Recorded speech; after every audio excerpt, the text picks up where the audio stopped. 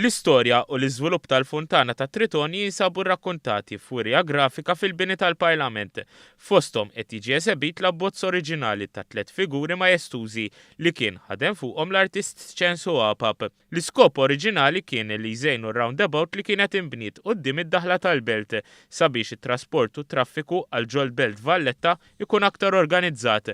Dan hekk kif dawk iż-żmieniet kienu bdew jiżdiedu l-karozzi fil-waqt li dħul tal-vetturi fil-belt kien wieħed liberu.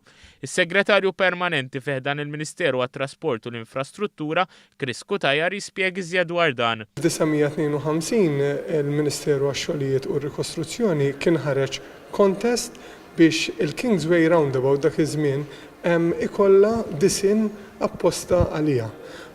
Waqt ix-xogħlijiet ta' restawr iċ-Chairman tal-Korporazzjoni għar-Riġenerazzjoni tal-Port il-Kbir Stefan Zrinzo Azzoppardi qal li matul ix-xogħlijiet instabu għatt affarijiet fosthom mina u pedamenti ta' fortifikazzjonijiet oħra. Fatt instab ukoll hemm tunnel il ħallejna aċċessa li bniedem jistaraħ minn fuq ukoll li huwa parti mis-sistema ta' difiża ta' żmien il-kavallieri. F'partijiet oħrajn anke sibna remains ta' pavimentar illi l-istoriċi jgħidulna li kien iddaħħal fi żmien l-Ingliżi. Anke partijiet mill-istrutturi tad-difiża li kien hemm f'din iż-żona ġew mikxufa.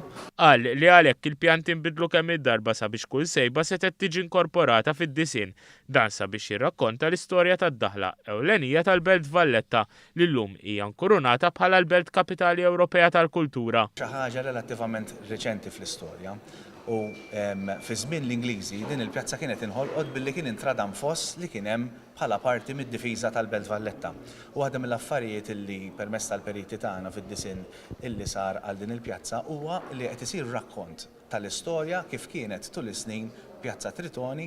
L-Speaker Angelo Farrugia appella sabiex illum dan il-monument li jiddeskriva bħala ġojel jiġi rikonoxxut internazzjonalment.